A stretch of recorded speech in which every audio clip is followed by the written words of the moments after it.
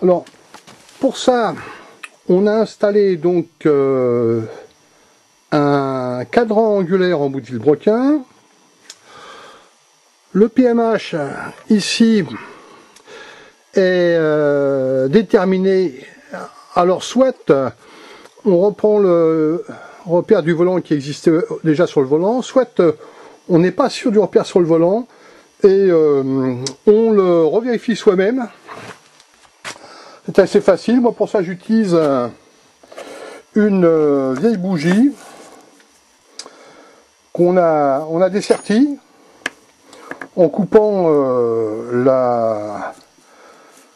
le sertissage avec une petite lame de scie.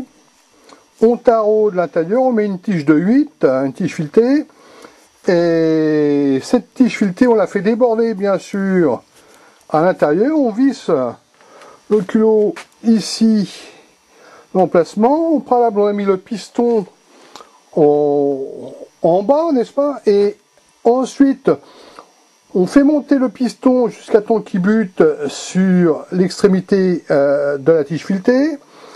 On note la valeur angulaire. Ensuite, on revient en arrière et on repasse au point mort et on remonte en sens inverse pour ramener encore le piston buté sur l'extrémité de la tige filetée.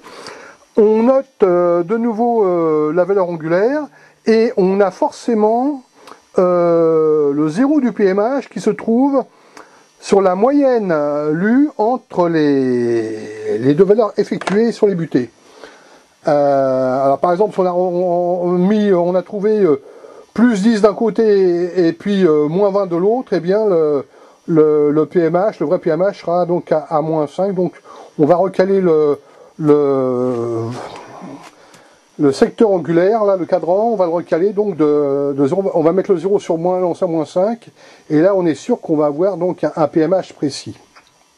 Alors, pour faire le contrôle du point d'avance allumage, on va prendre un petit multimètre, on va le mettre en sonnette, n'est-ce pas? Alors on va mettre, c'est pas commode d'une main, on va mettre une première pince sur le fil des vis platinées, voilà.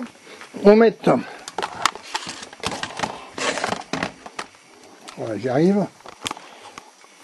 Une deuxième pince à la masse. On va le faire ici, là. Toc, voilà. On va mettre le multimètre en service. Alors là, les vis doivent être ouvertes. Alors, on va revenir en arrière. Voilà, on a la petite sonnette et on va tourner tout doucement, jusqu'à ce que la sonnette s'arrête. Et quand ça va s'arrêter, on aura exactement le point d'avance. Top. On revient un petit peu en arrière. Alors, il faut toujours tourner dans le sens normal du moteur. Top. Et on regarde. On a un 36 degrés. C'est chatouilleux là, voilà, c'est précis. On a un 36 degrés en point d'avance allumage. Là c'est pas mal. Alors ensuite,